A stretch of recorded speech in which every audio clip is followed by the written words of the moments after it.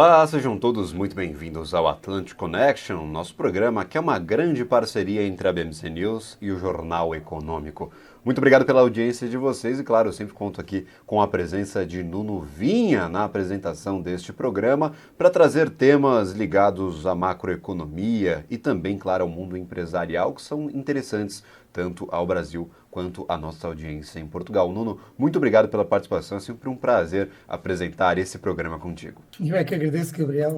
Hoje temos um tema ótimo que mexe com as carteiras de todas as pessoas. São esta subida, este ritmo de subida das taxas de juros por parte da Fed, da Reserva Federal Americana, e também do BCE, que tem, por sua vez, consequência nas economias, na carteira das pessoas, na economia brasileira, na economia portuguesa, e é para discutir este tema que nós temos dois excelentes convidados mais uma vez hoje. Temos o professor Otto Nogomi, economista e professor do INSPER, e temos o Filipe Garcia, economista também, e da Informação e Mercados Financeiros.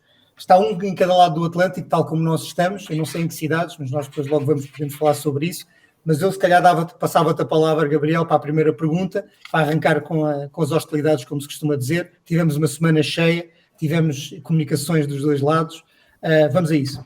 Maravilha. Tivemos, claro, uma semana lotada de dados importantes, inclusive o PIB norte-americano, o PCI, que foi divulgado hoje pela manhã, ou seja, os dados de inflação até abaixo das expectativas do que o mercado se projetava, o PIB acima das projeções, o mercado de trabalho finalmente dando uma surpresa negativa, e eu falo finalmente aqui tratando o desemprego aumentando como uma notícia positiva, justamente, claro, olhando para o lado da política fiscal. Nós temos as informações que elas começam a melhorar, as notícias começam a melhorar para o mercado norte-americano, e é aí que eu gostaria de abrir a nossa primeira pergunta para depois tentar traçar aí os impactos às nossas economias, tanto a brasileira quanto a portuguesa.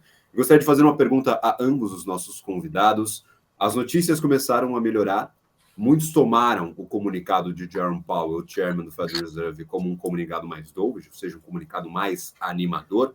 No entanto, ainda faltam conclusões, nós ainda estamos limitados ao resultado futuro dos dados norte-americanos, pelo menos quando a gente olha para a política ali monetária. O mercado já começou a precificar uma nova estabilidade para a política monetária norte-americana, ou seja, se a gente entra no CME Group, no FedWatch, nas ferramentas que traçam as projeções, o mercado já fica um pouco mais animado com uma próxima tomada de decisão, mais em linha com a estabilização do que uma nova alta de 25 pontos base. Nós já temos argumentos suficientes, e aí eu começo com o Otto e passo, em conseguinte, ao nosso segundo convidado a palavra. Nós já temos argumentos suficientes para entender que estamos nos aproximando do fim do ciclo de alta de juros nos Estados Unidos, e esses argumentos já são suficientes para o mercado começar a se mobilizar em torno de uma estabilização efetiva dos juros norte-americanos e não apenas uma parada para um respiro. E aí eu gostaria justamente de ter essa noção agora dos nossos dois convidados. Otto, por favor. Na verdade, a gente tem que sempre levar em consideração, nesse tipo de análise, que existe um delay entre a tomada de decisão de política monetária e o efeito que ele causa efetivamente na atividade econômica. No comunicado ontem, né, do Powell, ele deixou muito claro, né, que houve esse aumento, mas que há uma perspectiva de, na próxima reunião, em setembro, se manter essa estabilidade da taxa de juros e, inclusive, eventualmente, promover uma nova alta. Então, essa é uma sinalização importante no sentido de que, ao contrário dessa euforia do mercado, né, prognosticando já uma perspectiva de queda, macroeconomicamente, a gente sempre tem que tomar um pouquinho de cuidado. Por quê? Porque essas relações de ação e reação, elas demandam um certo tempo. Então, nós precisamos justamente desse elemento tempo para poder ter uma percepção mais acurada, mais firme sobre as tendências da própria atividade econômica. Muito provavelmente, essa possibilidade de uma eventual queda da taxa de juros norte-americana, ela pode ser deixada aí para 2024 e talvez até para o final de 2024. Então, a grande preocupação do comitê, num primeiro momento, é de que eles na verdade, estão agindo com cautela justamente para ir monitorando, né, todas essas informações, ter um quadro, né, bem mais, uma leitura da atividade econômica mais acurada, para aí sim, cuidadosamente e, eventualmente, começar a mexer na taxa de juros. Então, a gente sente, né, uma cautela muito grande por parte do Banco Central norte-americano. Né? E, da mesma maneira, o próprio mercado, né?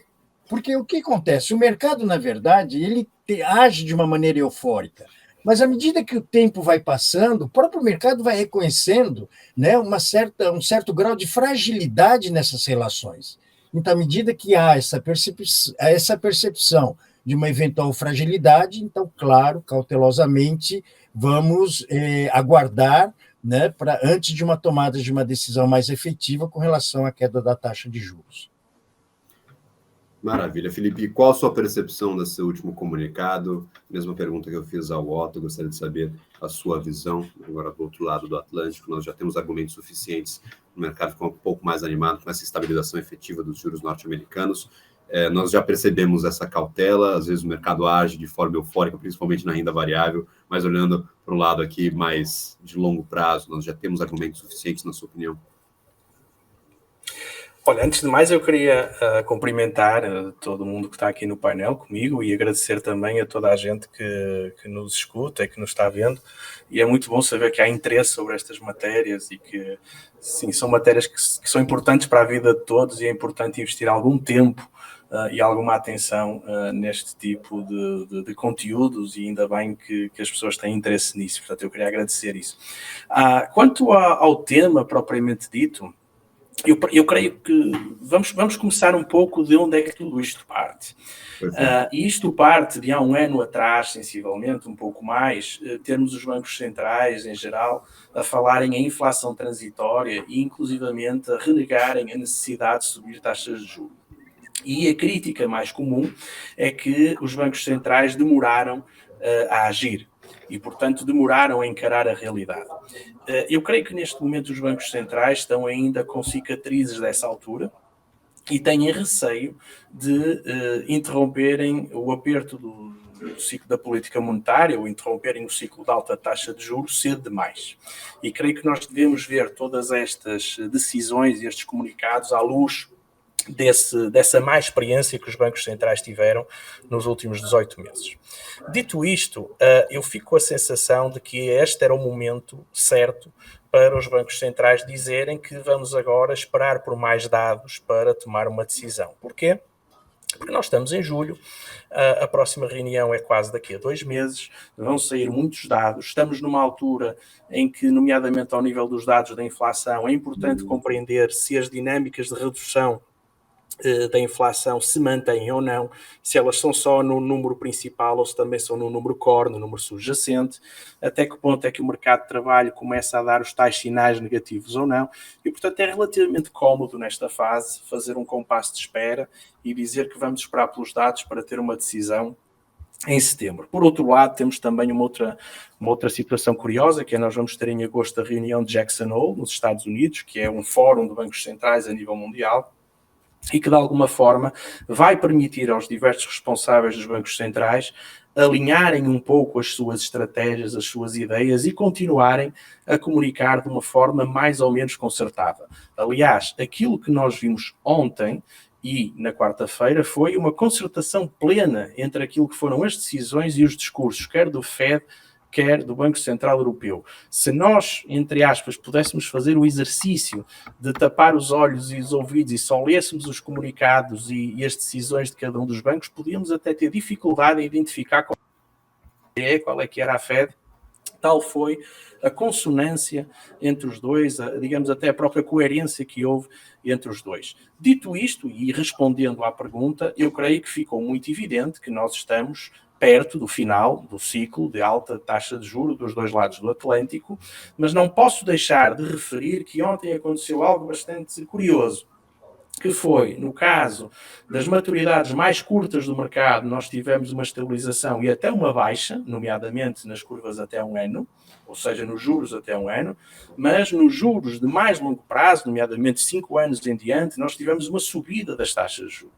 O que quer dizer que, de alguma forma, o mercado está a precificar uma situação que é boa, que é de que os juros provavelmente não irão subir muito mais, mas que a atividade económica não entrará numa recessão profunda, e isso fará com que não seja necessário ter uma curva de rendimentos tão inclinada negativamente, que é, como nós sabemos, um dos principais indicadores de recessão. Portanto, eu acho que nós, e finalizando, acho que nós devemos ver isto em 2 prismas. Temos que ver, por um lado, daquilo que foi o passado dos bancos centrais em termos da sua comunicação, forward guidance e decisão, e isso traumatizou-os de alguma forma, e também porque estão atentos àquilo que o professor Otto estava a dizer, que a economia pode surpreender, inclusivamente com tensões inflacionistas que possam dificultar o trabalho dos bancos centrais. Não é, curiosamente, o meu pensamento. Eu acho que a inflação vai baixar e vai baixar mais depressa do que aquilo que o mercado acha, mas percebo perfeitamente que os bancos centrais estejam preocupados com isso. Bem, Filipe, pegando numa das tuas ideias, de facto há uma aparente concertação do discurso, mas um e o outro lado do Atlântico não têm uma tarefa igual. Há quem tenha uma tarefa mais complicada do que outros. E, portanto, eu basicamente perguntava se o plano que parece estar a ser desenhado pelos Estados Unidos, não é um plano que está a ser seguido pela União Europeia ou não? É assim, eu não sei se é mais difícil ou mais fácil. Ambos têm uma tarefa muito difícil, que é de criar uma política monetária comum para um espaço económico que é muito diverso. Porque normalmente nós temos esta ideia que os Estados Unidos são um todo económico, e a verdade é que não é nada assim. Nós temos neste momento situações nos Estados Unidos em que temos crescimento económico forte, noutros em que temos recessão. Temos situações em que temos taxas reais amplamente positivas nos Estados Unidos e noutras em que estamos negativos. E, portanto, é um pouco difícil dizer que lá o trabalho é mais fácil ou mais difícil. Na Europa é igual. Nós temos, por exemplo, se olharmos para a Espanha, se olharmos para Portugal, provavelmente a partir agora do próximo mês de agosto, setembro, já vamos ter taxas reais positivas. Se estivermos a olhar para a Alemanha, se estivermos a olhar para os Estados Bálticos, nós estamos a ter taxas de juros reais claramente negativas. Portanto, há logo uma dificuldade de base, que é a de ter uma política monetária comum para ambos os lados. E ainda para mais na Europa, eu acho que aí a situação é um pouco mais complicada, porque apesar de tudo não temos um governo verdadeiramente federal e, portanto, as tensões políticas acabam por ser um pouco mais complicadas de gerir, mas nós temos uma situação em que temos a Alemanha, por exemplo, que está em recessão, ou pelo menos em estagnação económica há vários trimestres. Ainda agora se foi publicado que o PIB na Alemanha cresceu 0, ou seja, não se alterou, mais uma vez neste trimestre, depois de 2 trimestres a cair 0,1, portanto estamos no processo de estagnação económica. E temos, por exemplo, países do sul da Europa, como Portugal, como Espanha, como a própria Itália, onde o crescimento económico é acima da média europeia e, portanto, acabamos por ter uma situação difícil de gerir. Aquilo que me parece, e acho que, não sei se vou responder diretamente à pergunta, mas é um tema de conversa interessante, aquilo que me parece é que a subida das taxas de juros, a partir de um determinado nível, que é sempre difícil dizer, mas que, na minha opinião, no caso do BCE foi a partir dos 3%, é muito discutível a sua eficácia em termos de baixa de inflação e até a sua necessidade em termos de baixa de inflação. Isto porque as fontes de inflação que nós tivemos neste ciclo inflacionista advieram de questões que não foram eminentemente monetárias. É evidente que o lastro monetário está lá por baixo, mas nós tivemos questões relacionadas com logística, tivemos o pós-pandemia, tivemos um início de uma guerra com percepção de escassez, tivemos uma subida forte dos preços de energia. São tudo situações que se juntaram e que conjunturalmente criaram um cenário de inflação bastante alta, e que esse sim criou um sentimento de inflação que se começa a enraizar. E daí que parece agora que nos últimos meses nós começamos a ter críticas bastante profundas, quer por parte do poder político aqui na Europa, quer por parte de alguns membros do BCE, quer até por instituições supranacionais como a FMI ou a OCDE, que têm vindo a criticar a pertinência da continuidade da subida dos juros. E aquilo que me parece que a reunião de ontem do BCE trouxe, tal como a do BCE, da Fed também trouxe, porque também há divisões dentro da Fed, é que se começa a pensar que o combate à inflação tem que ser feito de outras formas que não só pela via da taxa de juros. Há outros instrumentos monetários ao nível das reservas, ao nível da liquidez, enfim, toda uma série de outras coisas que podíamos falar, que talvez seja o tipo de ferramentas que é necessário nesta fase e não só ir pela via dos juros, até porque a transmissão da política monetária tem sido deficiente em alguns aspectos. Maravilha, inclusive nós temos um cenário talvez tão diverso quanto para a nossa economia brasileira. Nós temos a Europa com diversos estados ali compondo uma união. Nós temos os Estados Unidos que tem uma economia muito diversa. O Brasil, já escutei recentemente que R$ 1.500 de salário mínimo é pleno emprego em São Paulo, em algumas regiões é 20% de desemprego. Então, realmente, a gente tem aqui uma complexidade da economia também muito diversa, diversas regiões com economias à parte, com fortes econômicos. Tem a região do agronegócio, tem a região da prestação de serviço, muita coisa acontecendo aqui nesse amplo território brasileiro. Otto, olhando para fora e olhando para essa relação entre Europa e os Estados Unidos, nós tivemos um discurso realmente muito parelho, aquele discurso que depende de dados para tomada de decisão, sempre colocando a próxima tomada de decisão necessariamente sujeita aos dados macroeconômicos. Nós vimos isso tanto no discurso do BCE quanto no discurso do Federal Reserve. O senhor enxerga essa paridade de um momento entre... a gente consegue comparar a economia norte-americana com a economia europeia, até em linha com a pergunta do Nuno ao Felipe. Eu gostaria de saber da sua opinião agora, olhando de fora, olhando daqui do Brasil, em que a gente está num momento diferente, discutindo quando que os juros vão cair. O Felipe colocou essa questão de uma maneira muito interessante, né? Quando nós analisamos a economia americana, a gente não pode esquecer que a economia americana ela é composta de 12 macro-regiões, onde cada macro-região tem a sua própria política monetária em consonância com aquilo que faz o FED. Então, a grande dificuldade que eles enfrentam é justamente a de contemporizar os mais diferentes fenômenos econômicos de cada uma dessas macro-regiões. Então, tem macro-regiões que se recuperaram rapidamente, outras estão sentindo realmente uma dificuldade muito grande de voltar à normalidade, e todo esse cenário é muito semelhante àquilo que a gente enxerga na Europa, claro. Por quê? Porque a União Europeia ela é composta, ou mais especificamente a zona do euro, né? Afinal de contas, estamos falando de política monetária, também ela é composta de, como foi dito, por estados, né? Estados independentes. Só que a dificuldade do Banco Central Europeu é significativamente maior do que a do FED. Por quê? Porque, conforme o Felipe colocou, não há uma administração central, né? Então, cada Estado membro ele toma suas decisões, principalmente de política fiscal, o que acaba dificultando sobremaneira a execução da política monetária, porque a política monetária ela é feita, vamos colocar assim, de uma maneira bem simples, numa média. Né? Então, uma média que muitas vezes pode beneficiar algum país ou prejudicar outros. Então, a grande dificuldade do BCE é justamente a de encontrar um ponto ideal que muitas vezes não é só via a taxa de juros. Talvez uma negociação na execução da política fiscal ajudaria sobremaneira justamente para poder trazer todo o conjunto, né, à normalidade. Então, nos Estados Unidos, a coisa é muito mais simples, né? Porque você tem, apesar de você ter políticas monetárias regionalizadas, a política fiscal é uma só. Então, fica fácil, né, de você administrar isso. Caso do Brasil, o Brasil já é uma outra situação totalmente diferente. Por quê? Sabidamente, nós temos um Brasil, na verdade, temos dois Brasis, né? Um Brasil mais desenvolvido, um Brasil subdesenvolvido, onde nesse subdesenvolvido, especificamente falando Norte e Nordeste, as estatísticas mostram que grande parte da população depende desses programas sociais, ou seja, depende desses programas de transferência de renda.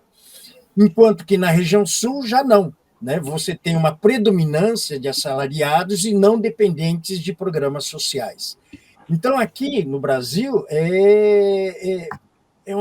vou colocar assim, é um cenário totalmente diferente daquilo que a gente está acostumado a ver, né?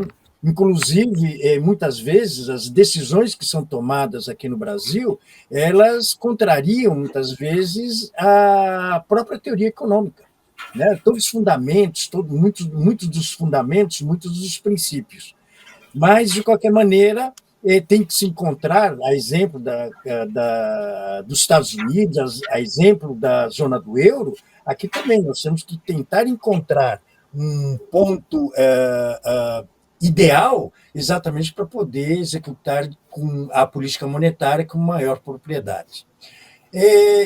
Só que nós temos aqui no Brasil, especificamente falando, nós temos aí um problema relativamente sério, né, contrariando um pouco aquilo que se comenta em termos de mercado, é que a queda da inflação ela está ocorrendo de uma maneira um tanto quanto que artificial, né? Tanto é que a prévia da inflação para esse mês de julho, ele indica, por exemplo, que a retração dos preços, ou seja, a deflação que ocorreu no mês de julho, ela se deve fundamentalmente à redução da tarifa de energia elétrica.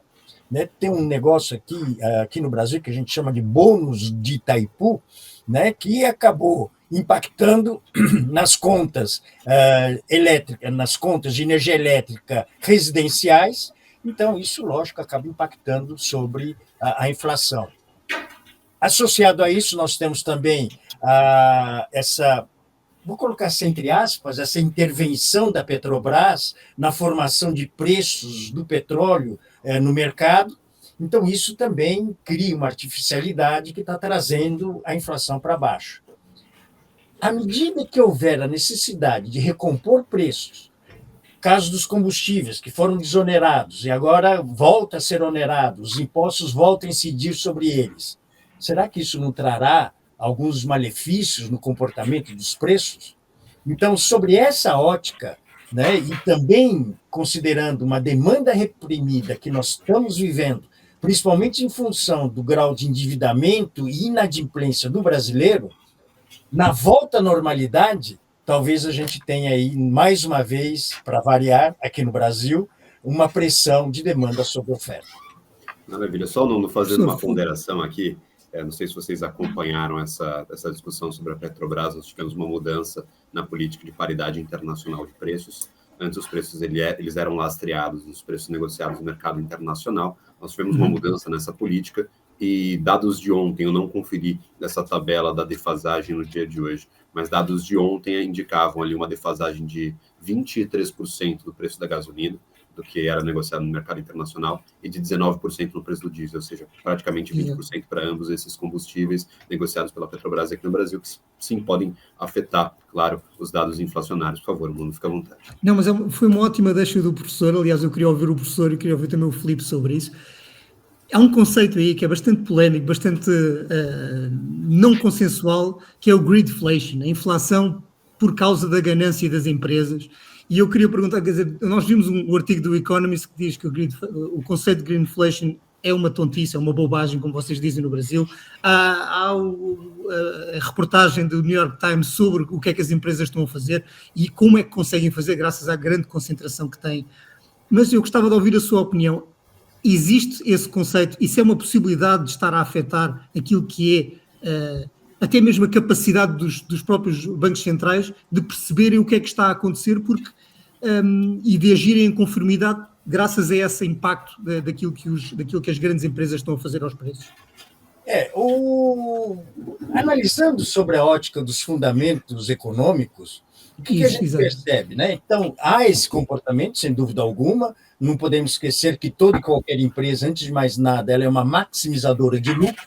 Então, à medida que ela vai maximizando o lucro, e principalmente se ela participa do mercado aberto, você tem aí um volume de distribuição de dividendos significativo. Ora, dividendos, quer queira, quer não, é renda.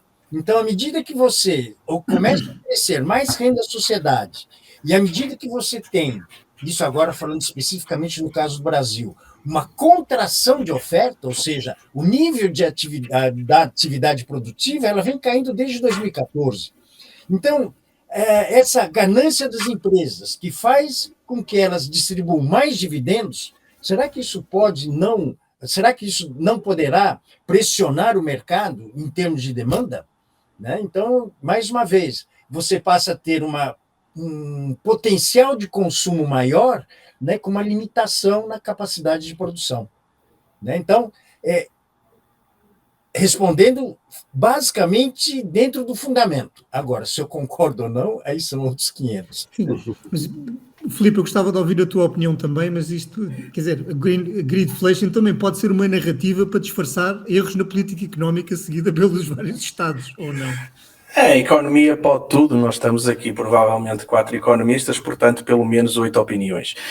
Mas aqui a questão é um pouco esta. Por um lado, falar de excesso de expansão de margens de lucro, ou greedflation, é um bocadinho um contrassenso numa economia de mercado, não é? Porque de alguma forma aquilo que deveria acontecer é que se temos um lucro excessivo, vamos chamar-lhe assim, deveria haver algum tipo de correção pela via de maior oferta, provavelmente, ou de uma menor procura, tendo em conta a elasticidade do preço, etc. Pronto. Mas não é assim. Não é assim. As economias são mais rígidas do que isso e, sobretudo, no curto prazo, este fenómeno do greedflation e da expansão de margens parece-me demasiadamente evidente e eu diria por 2 ou 3 motivos. E talvez isto que eu vá dizer, que diz respeito aos Estados Unidos e à Europa, seja um pouco diferente no Brasil. Nós tivemos, quer nos Estados Unidos, mas sobretudo na Europa, um longuíssimo período de inflação muito baixa. De inflação, inclusivamente, perto de zero. Chegamos a ter inflações homólogas negativas nos últimos anos. Isso significa que muitos agentes económicos não subiram, não ajustaram os seus preços durante anos. Os seus preços de venda.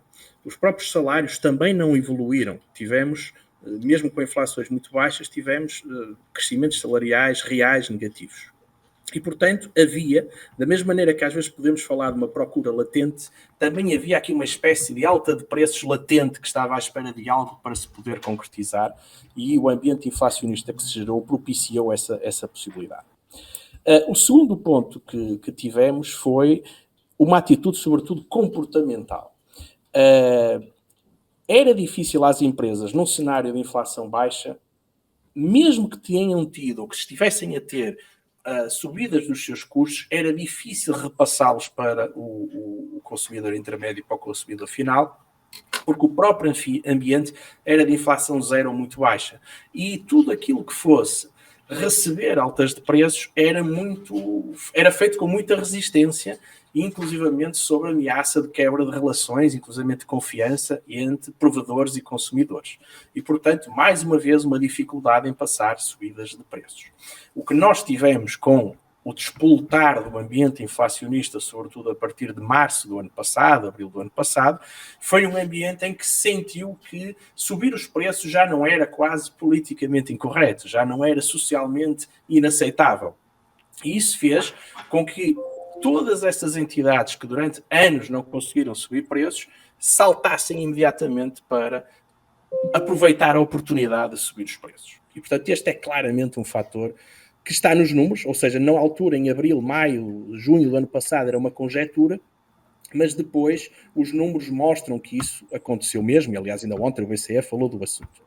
E depois, finalmente, há um outro assunto que me parece relevante, que é, nós não vivemos, como nos nossos livros de economia, em ambientes de concorrência perfeita. Nós vivemos em ambientes em que há muitas empresas que têm poder de mercado. E essas empresas que têm poder de mercado, seja através da inovação, seja através do seu charme, seja através da capacidade de gerar desejo, seja porque elas têm efetivamente um poder de mercado, porque elas são as únicas provedoras, tiveram a oportunidade de subir os preços de uma forma muitíssimo pronunciada, e isso é evidente. E há um quarto no qual eu creio que a imprensa a nível mundial, e pelo menos aqui em Portugal, e o Nuno vai-me desculpar, porque ele é jornalista, mas vou bater nos jornalistas, houve uma certa histeria em torno do início da guerra e dos efeitos que isso iria ter na escassez. Porque ia faltar gás, porque ia faltar gasolina, o diesel, porque ia faltar trigo, porque ia faltar um monte de coisas que quem acompanhasse esses mercados de commodities mais de perto sabia que isso não ia acontecer. No entanto, gerou-se a percepção de escassez e com a pressão de escassez o aproveitamento de toda a gente da cadeia produtiva para subir os preços. E, portanto, de uma forma muito direta, se calhar longa demais, respondendo à pergunta, não tenho dúvidas nenhumas que o greedflation está aí e que é, neste momento, provavelmente o principal indutor de inflação nas economias desenvolvidas. Posso acrescentar 2 aspectos aí no comentário do Felipe, se me permite? Fique à vontade, Jota. Eu gostaria de acrescentar 2 detalhes que dizem respeito ao seguinte. À medida que os preços estavam estabilizados, próximo a zero, isso será que não seria uma sinalização de que as economias estavam num processo recessivo?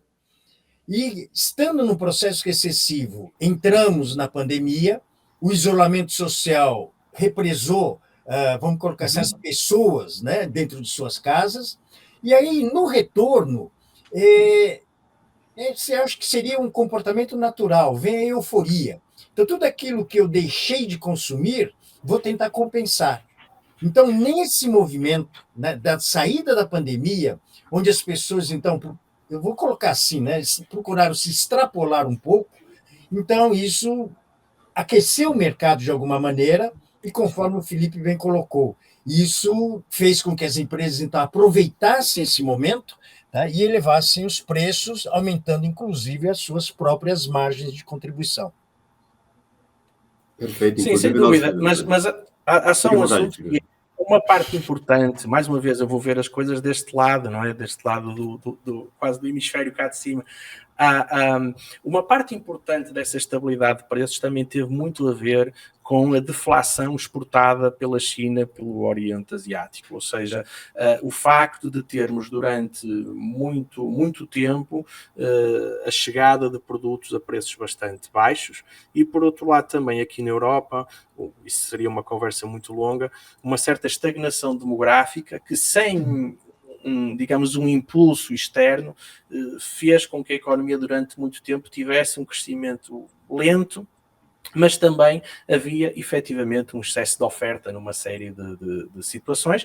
Situação de excesso de oferta que em 2 meses passou a situação de falta de oferta com tudo aquilo que aconteceu na pandemia. Portanto, não há dúvida que a pandemia foi o indutor desta vaga inflacionista a nível global. Penso que isso é mais ou menos, enfim, claro, sendo certo que o primeiro efeito até foi ao contrário, foi deflacionista, mas depois foi inflacionista, mas hoje não é isso. O princípio, não são esses os indutores de inflação.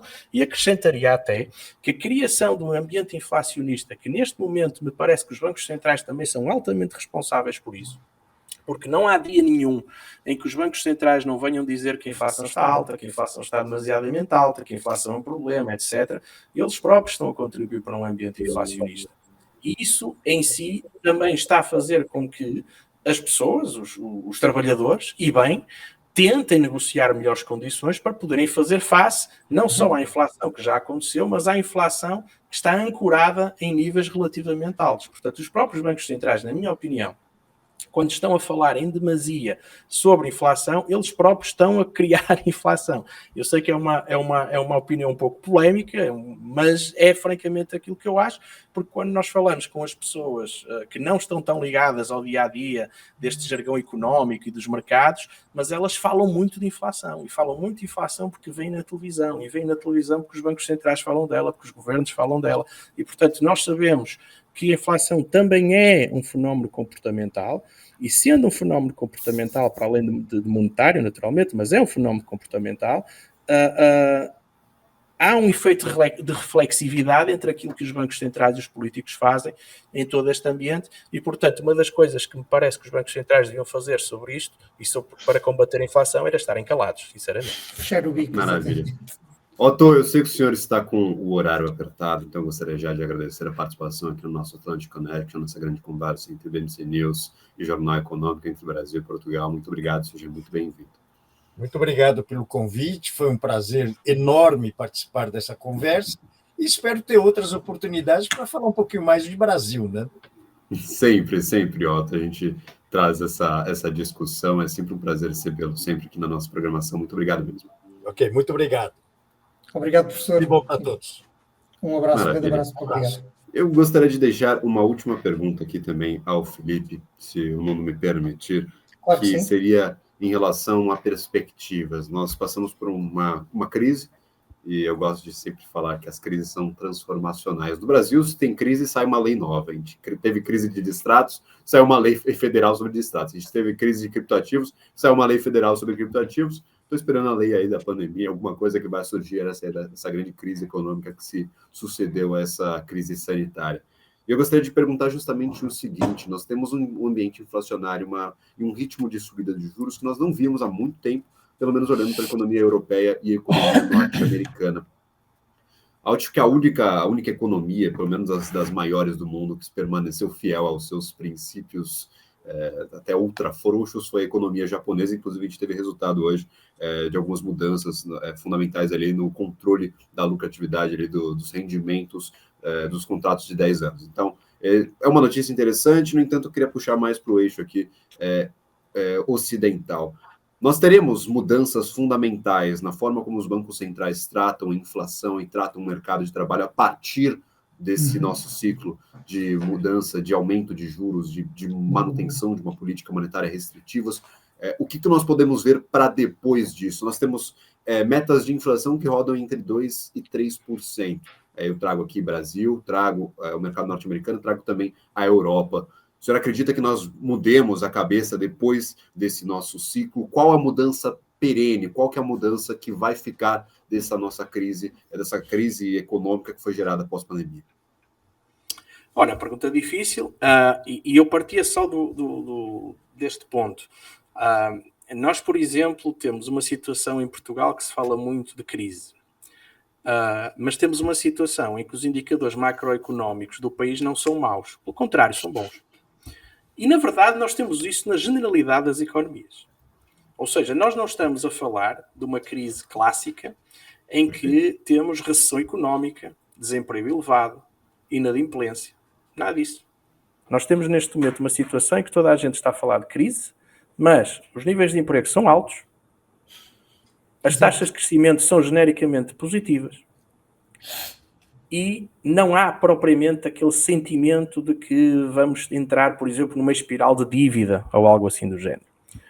Eu até arriscava a dizer que, e já disse isto face a Portugal, mas creio que é extensível a outras economias, que é a situação está boa para Portugal, não está boa para os portugueses. E eu creio que isto acontece muito numa série de economias, em que temos números macro razoáveis, podem não ser muito entusiasmantes, mas não são propriamente negativos, mas depois temos toda a gente a queixar-se e toda a gente a dizer que a situação não é agradável viver numa situação destas. Portanto, este é um tema que eu acho curioso. E outra questão que também me parece que está a acontecer bastante é uma maior divergência de rendimentos e de experiências de vida dentro de cada sociedade. Claro que nós sempre tivemos pessoas mais ricas, pessoas mais pobres, pessoas que ganham mais, ganham menos, outras com mais dificuldades, mas creio que está a haver um gradual desaparecimento da classe média naquilo que são as economias desenvolvidas, o que leva na prática a uma maior divergência de rendimentos. Quanto à questão dos bancos centrais, o que é que eles vão aprender com isto? Olha, com toda a franqueza, eu acho que os bancos centrais vão continuar a ser o que sempre foram. Feitos por pessoas, feitos eminentemente por políticos, apesar de disfarçados de economistas, e que irão ser reativos em cada momento. O tema dos 2% continua em cima da mesa.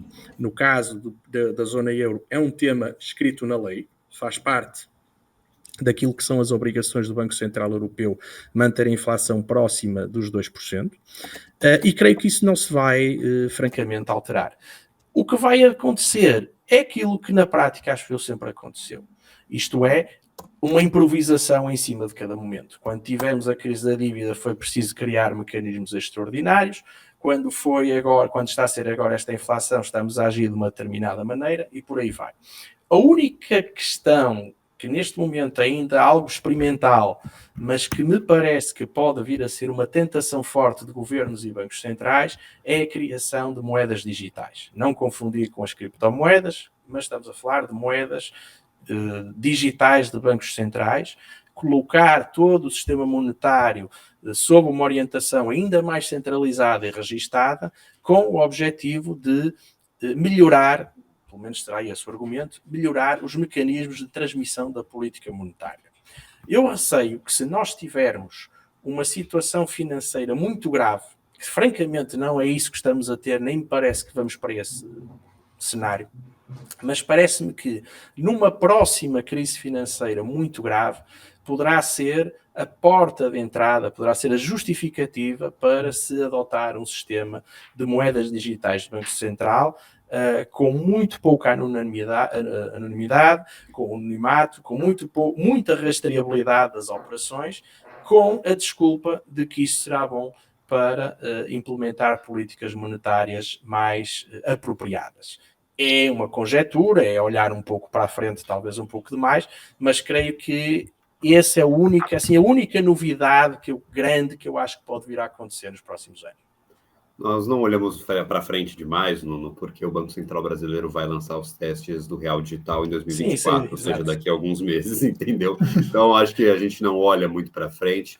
Algumas grandes economias já desenvolvem os seus próprios projetos de CBDCs, aquelas moedas fiduciárias digitais. Sim, mas repara, se me permites, mas estão a fazê-lo, na minha opinião, não com o objetivo de as implementar. Ou pelo menos não as implementar agora. Estão a fazê-lo com o objetivo de terem pronto o sistema, de testarem quais são os seus limites, as suas vantagens, desvantagens, ou seja, perceber que caixa de Pandora é que poderão abrir. O euro digital está precisamente nessa fase de não querer, especificamente, não querer que seja utilizado para a política monetária, em absoluto. Mas em caso de necessidade, em caso de emergência, convém ter, ou melhor, isto é a perspectiva dos bancos centrais, não é minha, será conveniente ter essa ferramenta disponível. E creio que essa será assim a grande, digamos, o truque de mágica que os bancos centrais podem socorrer no futuro se for necessário. Euros com data de validade, euros passíveis de serem gastos apenas num setor, enfim, isto daria para imensas brincadeiras, digamos assim. Gabriel, eu não sei se temos muito tempo, não sei se estamos já a estourar o tempo ou ainda não. Estamos próximos, eu acho que estamos caminhando aqui para o final do nosso programa. Certo, eu já não vou fazer mais nenhuma pergunta, talvez, vou só deixar um pequeno comentário àquilo que o Filipe estava a dizer. Políticos disfarçados de economistas. No caso da senhora Christine Lagarde, é uma advogada que se tornou política, que por sua vez está disfarçada de economista. E, portanto, ainda torna as coisas mais complexas, mas, de facto, essa questão do euro digital, sim, poderá ser se não é uma caixa de Pandora, pode vir a ser um cavalo de Troia mais cedo ou mais tarde. Eu não sei se o Filipe concordará comigo, mas a possibilidade de poder ser usado poderá estar a ser trabalhada neste preciso momento para ser usada mais tarde e no futuro perante uma situação ainda mais grave, com as consequências que não foram estudadas e que não se saberão quais é que serão, não é? Porque esse é que é verdadeiramente o problema. Nós estamos a tentar os bancos centrais estão a tentar resolver um problema com base em métodos e em ferramentas que, de facto, se calhar já não são as mais adequadas para aquilo que é o funcionamento das economias atuais, como vimos pela resposta dos nossos convidados. Sim, mas, Nuno, há uma coisa importante que tem a ver com o seguinte: às vezes, e em democracia, nós temos que viver com imperfeição. É claro. Os mecanismos mais eficazes em qualquer tipo de atividade económica e de política monetária são normalmente autocráticos, não é? Portanto, eles não fazem checks and balances. E, portanto, eu não me importo muito que haja uma certa ineficiência da política monetária e que se cometam alguns erros, se esse for o preço que temos a pagar por termos instituições mais ou menos independentes, interdependentes com certeza, mas independentes e que, enfim, que sejam de alguma maneira responsabilizáveis por aquilo que fazem de bem ou de mal. E nós, quando comparamos com a opacidade de outros regimes, certo, percebemos que, apesar de nem sempre as coisas correrem da melhor forma, ainda assim é melhor este sistema que temos do que um sistema demasiadamente autocrático. Portanto, eu estou disposto a pagar o custo desse erro.